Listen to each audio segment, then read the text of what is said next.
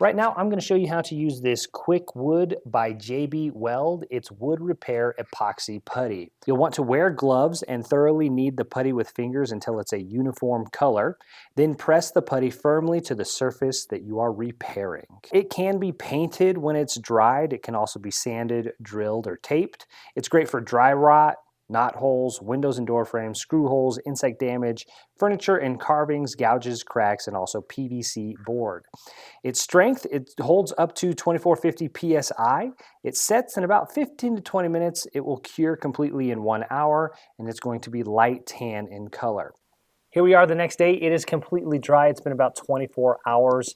At this point, you can sand it, you can paint it, you can drill it, and it is all cured and ready to be used for your project. And I could have used it sooner, but this is after 24 hours.